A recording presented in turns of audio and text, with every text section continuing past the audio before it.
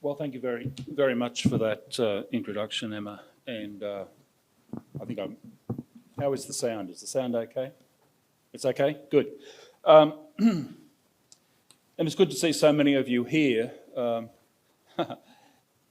discussing such a boring topic, except that, you know, I just don't find this stuff boring. And hopefully this morning I can explain some of the reasons why I don't find this stuff boring. I do want to first, though, acknowledge the traditional owners of the country on which we meet this morning and pay my respects to them, to their elders. And I was quite taken by Annette's welcome to country. Well, here we are. 50 years after the publication of the Asprey Tax Review, 15 years after the publication of the Tax Review commissioned by Prime Minister Kevin Rudd that I was privileged to lead, here we are having to concede that we have failed. By we, I mean those of us who are committed to the maintenance of a tax system that improves the well-being of the Australian people and ensures that future generations of Australians are even better off than we are. We have failed. On the other hand, there are some in the community focused on their own selfish interests who have reason to celebrate success. Doesn't stop them whinging, by the way, but they have reason to celebrate success. The deliberations of government, no matter the political system, are vulnerable to the predations of vested interest. Over several decades last century, a group of economic reformers, I think today they're called neoliberals, I think that's meant to be a pejorative term, although I consider myself one of those people, not a neoliberal necessarily. We constructed a set of institutions and transparency mechanisms designed to offer some level of protection against the assaults of vested interest.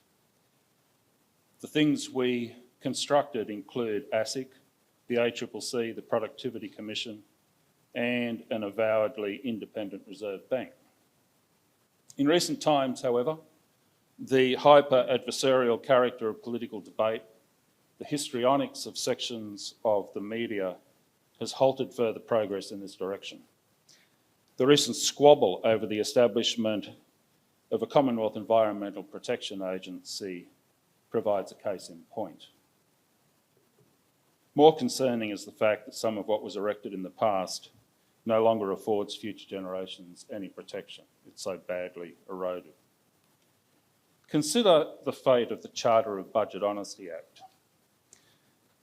It's a piece of legislation passed by the Australian Parliament way back in 1998. The Charter was an election commitment of the incoming Howard government in 1996. That government's first budget articulated a commitment to a medium-term fiscal strategy of underlying balance over the course of the economic cycle, noting that that medium-term fiscal strategy would ensure that over time, the budget made no call on private sector saving, whilst permitting short-term fiscal responses to cyclical fluctuations and external shocks, things like the global financial crisis, although obviously that wasn't foreseen at the time. According to the Charter of Budget Honesty Act, the government is obliged, and that's the word the legislation uses, obliged to pursue a fiscal strategy based on the principles of sound fiscal management. These principles are set out in Section 5 of the Act. I'm going to go through these 5 principles. The first is, and I'm going to quote from the Act, the government is to manage financial risks faced by the Commonwealth prudently, having regard to economic circumstances, including by maintaining Commonwealth general government debt at prudent levels. The Act also sets out what these financial risks are that the government is obliged to manage. These risks arise from excessive debt, commercial risks arising from ownership of trading or financial enterprises, risks arising from erosion of the tax base and risks arising from the management of assets and liabilities. That's the first fiscal principle. The second fiscal principle is that, and I'll quote again, the government is to ensure that its fiscal policy contributes to achieving adequate national saving and to moderating cyclical fluctuations in economic activity as appropriate, taking account of the economic risks facing the nation and the impact of those risks on the government's fiscal position. So, counter-cyclical fiscal policy, that's fine. Third fiscal principle, the government is to pursue spending and taxing policies that are consistent with a reasonable degree of stability and predictability in the level of the tax burden. Fourth fiscal principle, the government is to maintain the integrity of the tax system. That's what it says. Fifth fiscal principle, the government is to ensure that its policy decisions have regard to their financial effects on future generations. This is a very short act. I've read out most of it to you, legislated in 1998. In short, the fiscal principles are concerned with the management of financial risks, including risks arising from erosion of the tax base, promoting national saving, allowing for appropriate counter-cyclical demand management, tax burden stability and predictability, tax system integrity, and intergenerational equity. By the way, the intergenerational reports are a requirement of the Charter of Budget Honesty Act as well. The Treasurer is also obliged under the Act to publish fiscal strategy statements. These statements are to be based on those 5 principles of sound fiscal management. They must contain certain elements, including specifying the government's long-term fiscal objectives. You might wonder what the government's long-term fiscal objective is. I'm going to give you an answer later. And also fiscal policy actions taken or to be taken by the government that are temporary in nature, adopted for the purpose of moderating cyclical fluctuations in economic activity, and indicate the process for their reversal. Again, I was quoting from the Act. The transparency requirement relating to the use of fiscal policy to moderate cyclical fluctuations really came into play during the global financial crisis. The Rudd government was very mindful of the requirements of the Act. It went to considerable lengths to explain how and when short-term stimulatory measures would be unwound. It came under considerable criticism from many of the nation's economists for doing so, complaining the government was undermining the effectiveness of its own stimulatory measures. They were not aware of this provision of the Charter of Budget Honesty Act. The government was also committed to the medium-term fiscal strategy adopted by the Howard government to achieve balance, or in fact, they went after a small surplus on average over the cycle. The Rudd government went to some lengths to explain how the GFC fiscal stimulus would not be permitted to undermine that medium-term fiscal strategy. And the tax review, which I led during 2008 and 2009, provided further evidence of the Rudd government's commitment to all 5 principles of sound fiscal management. Now, in my view, and I have given this a bit of thought, every Australian government since, including the present, has breached all 5 principles. Some breaches have been more egregious than others, and I would concede that there is room for debate about whether some have been always breached or only for periods of time. But there can be no debate, in my mind, that every Australian government since the Rudd government has failed to meet its obligations under the Act to do these 3 critical things. First, manage financial risks arising from the erosion of the tax base. Second, maintain the integrity of the tax system. And third, have regard to intergenerational equity. Those 3 things. Codes, charters and transparency guarantees might sound like the boring stuff that only a bunch of neoliberals could get excited about. But I would say they are part of the essential infrastructure of functioning democratic government. They give voters some level of assurance that those they elect are pursuing the interests of the community and not merely their own interests or the interests of their financial backers. These are the only tools of which I'm aware that provide any protection to future generations from their being mugged by the present generation. and they underpin minimum required levels of predictability in policy and regulation, without which capital markets cannot be expected to function efficiently. The last point explains why there was a global effort led by the International Monetary Fund in the aftermath of the so-called Asian financial crisis of 1997-1998 to strengthen codes of governance and transparency mechanisms in all financial markets all around the world. The global financial crisis, a decade later, provided powerful illustration of the costs of insufficient progress on that program of work, especially in the United States, where virtually no progress had been made. That's US exceptionalism, by the way. In considering intergenerational equity, we can't avoid a reflection on public debt. So how might one assess the level of public debt that one generation might reasonably pass on to the next? Common practice is to evaluate whether the ratio of nominal public debt, the outstanding amount, whether the ratio of that to nominal gross domestic product, this is called the debt to GDP ratio, whether that's likely to increase through time. The three key variables in that evaluation are the rate of interest on public debt, the rate of growth of nominal GDP, and what economists call the primary budget surplus or deficit. That's just the surplus or deficit excluding debt service costs. All those things as a proportion of GDP, that determines those three things, whether the debt to GDP ratio is expected to increase, fall, or remain stable through time.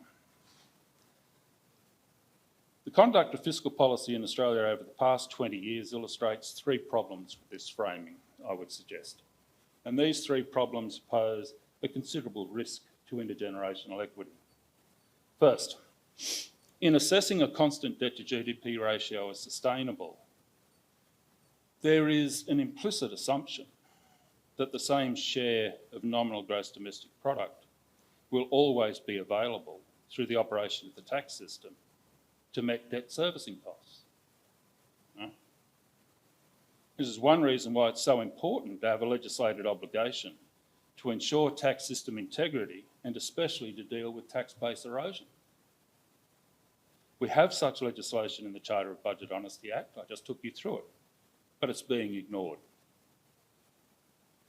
Second, of course, we don't have discrete generations in any one population. Rather, we have overlapping generations.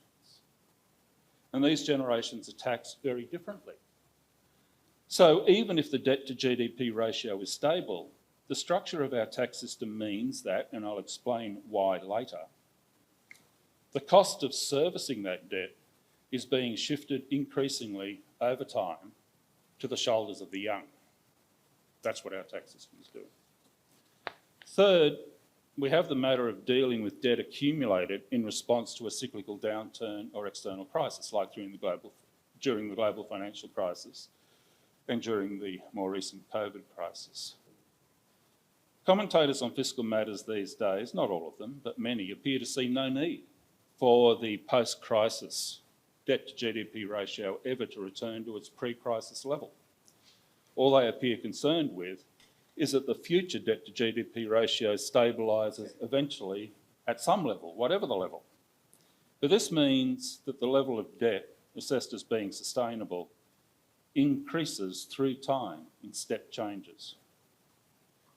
That is, for the technical people in the audience, the methodology applied to the evaluation of debt sustainability contains inherent time inconsistency in a form that necessarily disadvantages future generations.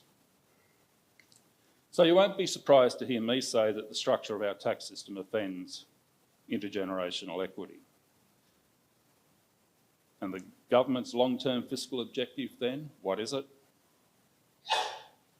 It appears to be that young workers, a declining proportion of the population, pick up the tab.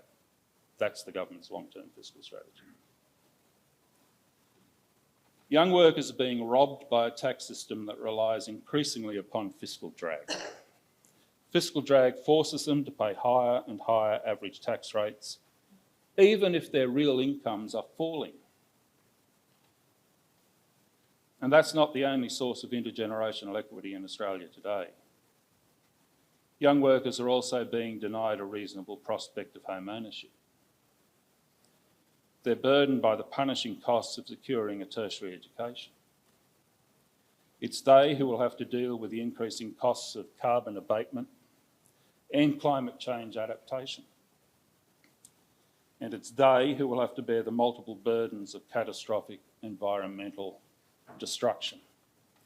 You simply can't achieve something like that by accident.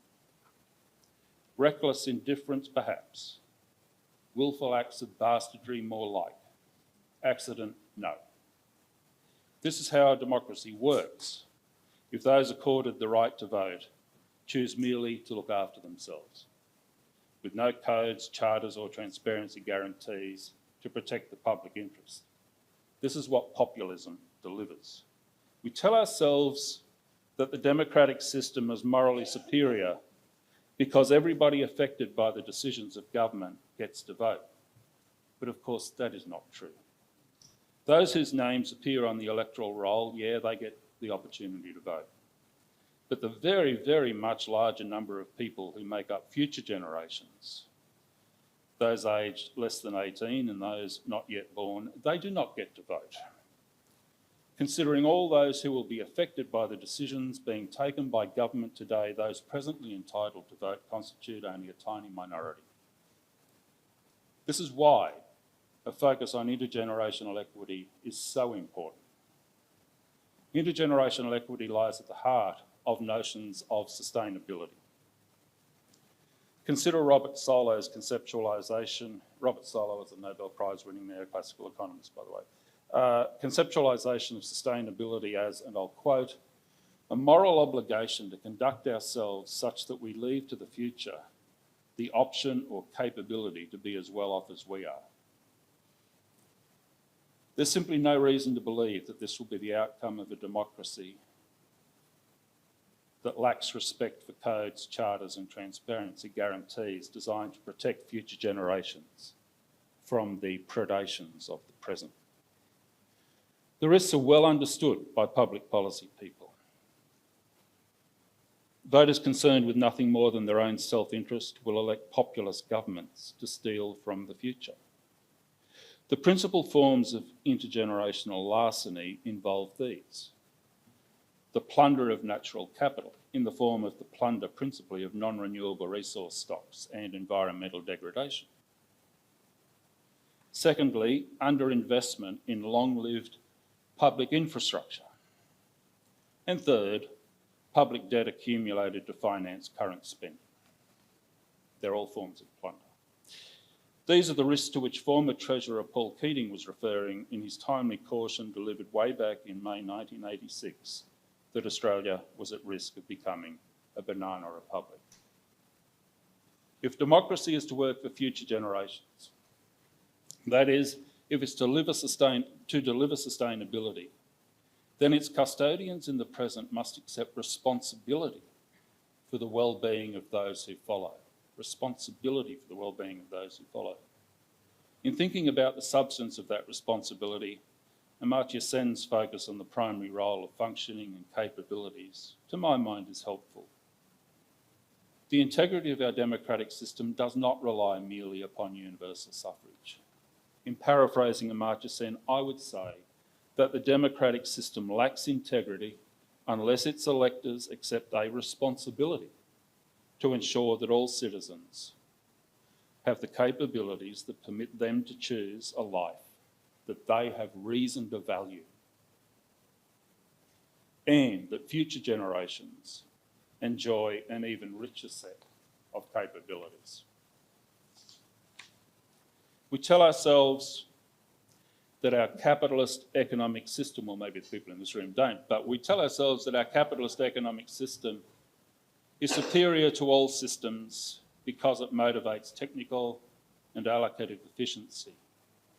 And with technical and allocative efficiency being assured, we can be confident that the system will secure outcomes in which no one person can be made better off without at least one other person being made worse off.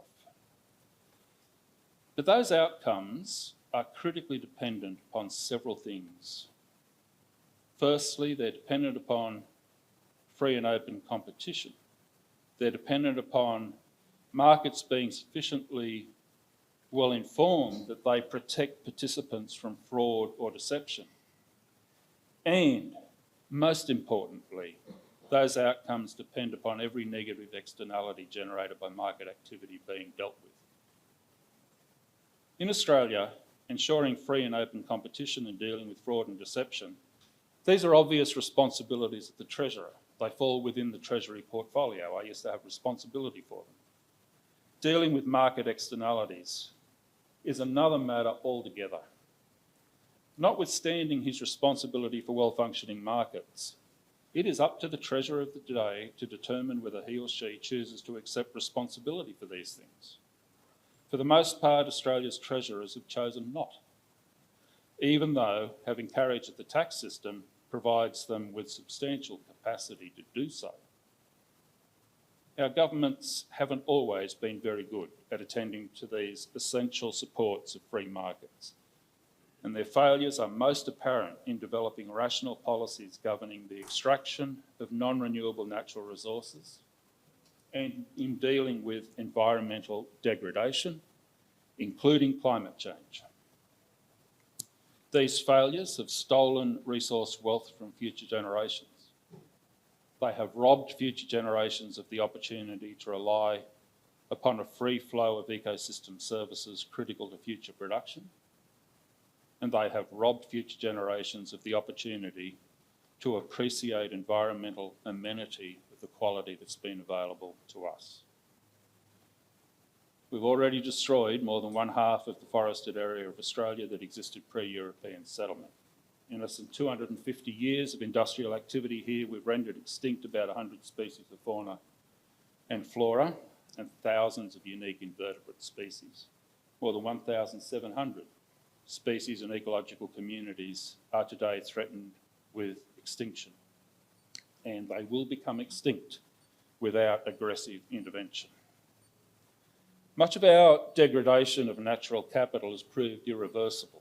It now contributes to, and I said this in an address last week, it now contributes to recursive environmental dynamics. Tightly integrated vicious cycles involving pollution of the atmosphere, of the hydrosphere and the biosphere. Deserts have been created. Waterways have been made so toxic that they're incapable of supporting marine life fit for human consumption, or indeed any marine life at all. Crops have been failing with increasing frequency and severity. Millions of hectares of productive grazing land have become fragmented, challenged now by herbicide-resistant exotic weeds and feral pests. Soils condemned to very low productivity due to the leaching of nutrients, acidification, erosion and chemical toxicity. The capitalist system, though, does do something for future generations. Saving and investment, core to the operation of the system, underpins the accumulation of physical capital. And if the rate of physical capital accumulation exceeds the rate of growth in the workforce, then we have what economists call capital deepening. It simply means more capital per worker. And that's the principal source of productivity growth. Markets also incentivise education and training and the development of new technology, and they are the other sources of productivity growth. Capital deepening, the accumulation of human capital, and then the development of institutions erected to support those things like stock exchanges, financial institutions, insurance providers, schools and universities. All these things contribute to rising levels of output per capita over time. They do provide some level of assurance that future generations will be better off than we are. And it's true that capital deepening and strong rates of what we call multi-factor productivity growth, driven by investments in institutions that support human capital accumulation, those things have been a feature of our economy post-World War II, but no longer. Because of economic policy decisions we've been making that affect both the rate of accumulation and the allocation of physical capital across the economy, young Australian workers today find themselves in an economy that is simply not capable of generating rates of productivity growth that support durable increases in real wages. And they find that financial capital is increasingly concentrated in the hands of those who do not work for a living. It's worth asking why rates of capital deepening have slowed. It's worth asking why rates of multi-factor productivity growth have slowed. And it's especially worth asking why so much damage has been done over a much longer period to the stock of capital gifted by nature. There's a strong case to be made that all these things are a consequence of governments having been hijacked by vested interest, by those who flaunt plunder as progress. The Australian mining and native forest logging industries collectively employ only about 2% of the Australian labour force. Their business models rely upon the destruction of natural capital. The boom in resources prices off the back of strong Asian growth over the past 2 decades has depressed rates of capital deepening right across the economy through mechanisms well known to those who have studied undergraduate economics. Yet we have political leaders who insist that mining and forestry, these things underwrite Australian prosperity. I will state it plainly. Those who believe this nonsense cannot be trusted with the well-being of future generations of Australians.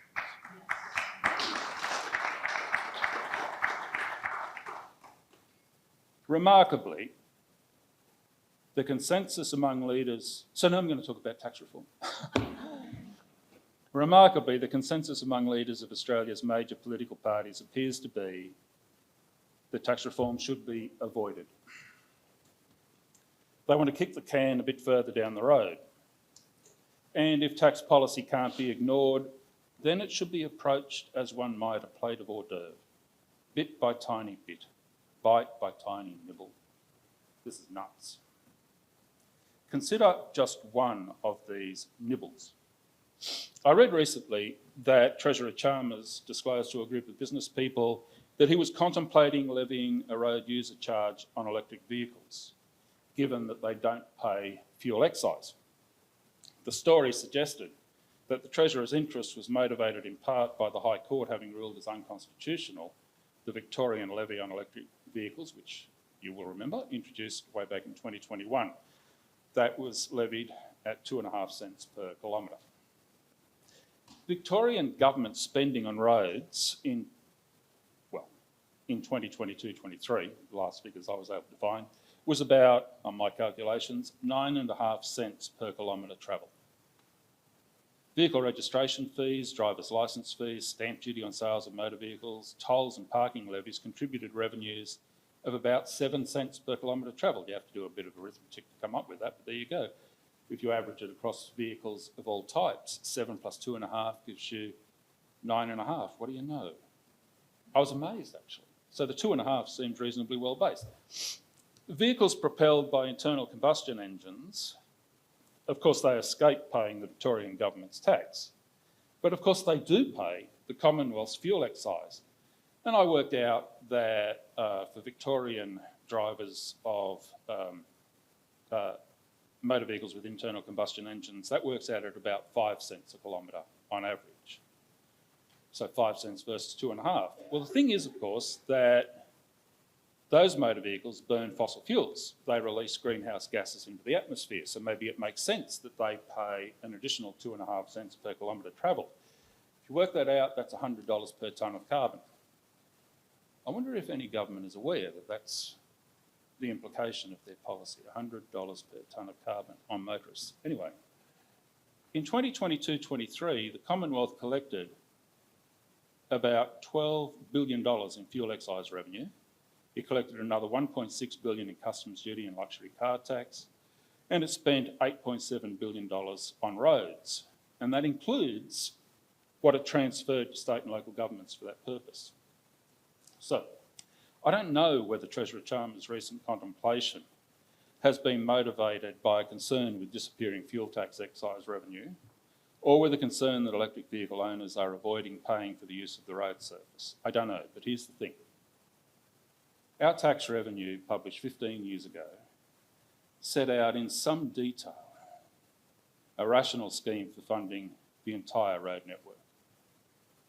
It proposed a cost-based, comprehensive road user charge, capturing the full costs of road usage, including those related to location-specific factors like wooden bridges, unsealed roads, and noise and congestion. It was designed to replace fuel excise entirely, to replace the truly stupid luxury car tax levied by the Commonwealth, to replace motor vehicle stamp duties, to replace vehicle registration fees. We noted that it would have to be administered under a federal scheme with an integrated, we would say today, digital payment system, and with Commonwealth leadership. We recommended that revenue from the road user charge be allocated to the relevant spending authority, whether it's Commonwealth, state or local, depending upon where the road usage occurs. As I said to the trucking groups, both of them actually, one night in the Hyatt Hotel over dinner as we were finalising the report, and I didn't think I was going to get out of that room alive, but actually I got a standing ovation at the end of it, because I said to them, you know, this means you can take your B-double across a wooden bridge, and there's a ka-ching moment where the money just goes straight to the local government responsible for the upkeep of the wooden bridge. Today you can't do it, which means you have to travel hundreds of kilometres extra, burning all that diesel, because you're simply not allowed to do it. Authorities should have started implementing this scheme 15 years ago. Should have. And had they done so, they would have avoided all the fuss caused by the arrival of electric vehicles. We didn't talk about electric vehicles in our review. Didn't need to. When we were writing the tax review, we assumed that the Parliament would legislate the Rudd government's emissions trading scheme to put an economy-wide price on carbon pollution. And there is a chapter in the tax review that explains why that's a good idea. In the absence of an emissions trading scheme or economy-wide carbon price, the road user charge should obviously include a carbon tax. Obviously, the carbon tax rate should be linked to the price of Australian carbon credit units, ACCUs.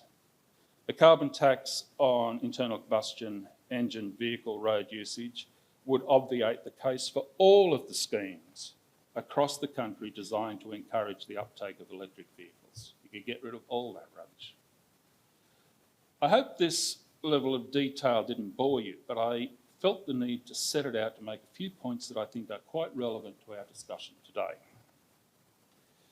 First, if you'll excuse the mixing of metaphors, nibbling at just one bit of one tiny part of our complex tax systems, a bit like tugging at a loose thread on a garish tapestry. You might improve its look. You might. On the other hand, you could lose a very big chunk of the whole thing. Second point, even modest tax reform proposals are probably going to have to involve the Commonwealth cooperating with the states, and probably also with local government. And third, whilst it might seem unlikely that any tax system will prove capable of meeting challenges posed by technological and other developments, a tax system constructed on the architecture of the tax review published 15 years ago would still look very good today. And of course, it would be vastly superior to the present mess. The comprehensive road user charging scheme is an obvious economic reform.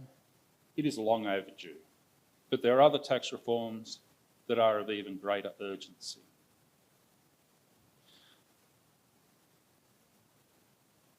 I've noted on many occasions, and I noted this morning, that our tax system threatens the social compact. It was a threat to the social compact caused by widespread tax avoidance and evasion that drove the Asprey tax review 50 years ago. The threat to the social compact posed by egregious inequality in the distribution of wealth and opportunity, widespread environmental destruction, and intergenerational inequity make an even stronger case now. The purpose of taxation is to fund the activities of government. It has not done so since the global financial crisis. and this tax system never will. The only head of Commonwealth revenue that can be expected to grow at a faster rate than nominal gross domestic product is personal income tax, extracted mainly from young workers through the operation of fiscal drag. The Howard government's tax reform was meant to rebalance the tax system as between income and expenditure bases, which is what Asprey recommended 50 years ago. But between its year of introduction, 2000, 2001, and the year immediately pre-COVID, indirect tax collections had fallen by 1.5 percentage points of GDP, and that's right back to where they were when I was appointed to lead the Howard government's tax review in 1997. This trend will continue, and it's going to continue at an accelerating rate. State tax bases are even worse, including things like insurance, property stamp duty, and even payroll tax, although the latter because of interstate competition mainly. So we're back to where we were in the several decades following World War II. There is no plan to control government spending. There is no plan to balance the budget. The budget places a heavy reliance upon fiscal drag that punishes innovation, enterprise and effort. It distorts the pattern of saving. It rewards tax avoidance and evasion. It encourages populist politicians to recommend further erosion of the tax base in various schemes. My God. Our company tax system retards investment and discourages businesses with foreign shareholders from setting up in Australia. But the big thing is the looming intergenerational tragedy. If you wanted a tax system to punish the young, this is what you'd do. You would tax labour income much more heavily than anything else.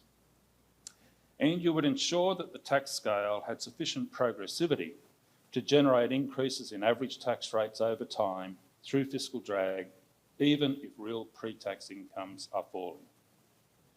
You would apply very low rates of tax to consumption, to economic rents, to land, and to other forms of wealth. You would tax capital income attributable to older people, those who have savings, accepting that not all do, of course, more favourably than capital income attributable to younger people, those who should be accumulating savings. And you would tax capital gains more favourably than income derived from capital that supports productivity growth and higher real wages for workers. That's what you would do. It's a pretty good description of the Australian tax system. We have a tax system designed to punish young people, and their share of the population is shrinking because of population ageing, implying that the fiscal burden resting on their shoulders must increase through time. We've been talking about these things since 2002, when the very first intergenerational report was published. But it's been all talk, no action. The intergenerational report made clear that our tax burden is also a growth problem. Our tax problem is also a growth problem. The first intergenerational report projected productivity growth and also GDP per capita growth of 1.75% a year for the first 20 years of this 21st century, 1.75%. It made a strong case for targeting 2.25% a year. It was actually a growth target. In the first 20 years, we managed 1.25%. In the 7 years to the end of 2019, that is pre-COVID, we managed only 0.75% on average, against a target of 2.25%. Productivity is the key to future growth in living standards for workers. Historically, Australian productivity growth has largely been a consequence of capital deepening, as I said earlier, driven by strong investment, financed by imported financial capital. Not entirely.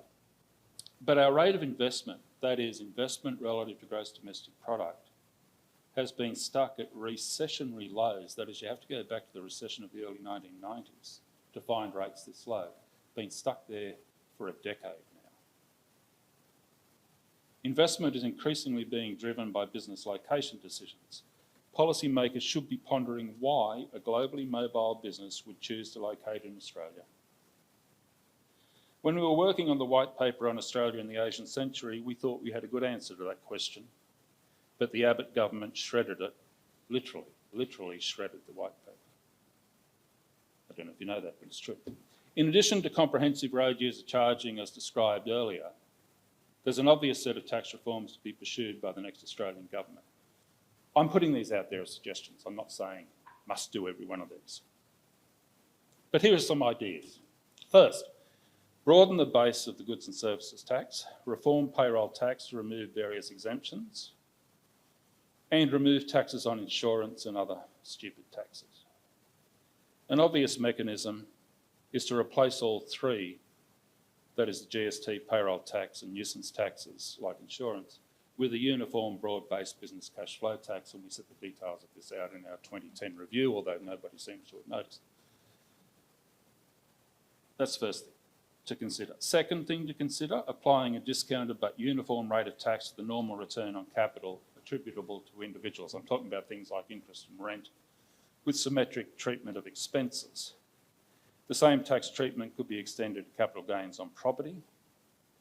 If you did so, that would help address housing affordability concerns, at least to some extent. There are several options available for integrating into that system, which is called a scheduler system of taxation, of capital income taxation, of integrating income from corporate equity. That's the second idea. The third is to tax economic rents more highly than the rate applicable to normal capital income and capital gains. It's extraordinary that anybody has to say that. It's so obvious, but there you go. But you do have to say it in Australia. So, yeah. Anyway, fourth, reduce personal marginal income tax rates, reduce the number of tax brackets, and this is the first time I've ever said this publicly, in fact, I think at all. I think it is time to consider indexing tax thresholds for inflation. I think fiscal drag has become such a punishing thing that it's time now to consider tax indexation. We should also levy a carbon tax on Australia's fossil fuel exports before importing countries do it to us. The carbon embodied in these exports, this is coal and gas, the carbon embodied in these exports is 3 times Australia's domestic carbon emissions. About 1.2 billion tonnes of carbon a year we are exporting. You don't have to put a very high carbon tax on that to raise tens of billions of dollars every year to fund the Australian budget. But even if that last idea is too much for a bunch of what I'm going to call pre-Enlightenment mercantilists, the next Australian government would have to progress policies to accelerate carbon abatement because it's required to do so under the Paris Agreement. And it has to accelerate progress to address the degradation of nature because it's required to do so by the Kunming-Montreal Global Biodiversity Framework. Climate change and the destruction of nature are the 2 most harmful negative externalities of the market economy. The Climate Change Authority projects that if Australia is to reach net zero by 2050, then the Australian landscape must draw down out of the atmosphere as much as 1/3 more carbon than it does currently through the process of photosynthesis. That means there's an opportunity to have carbon polluters foot the full bill for the repair of nature across the Australian landscape.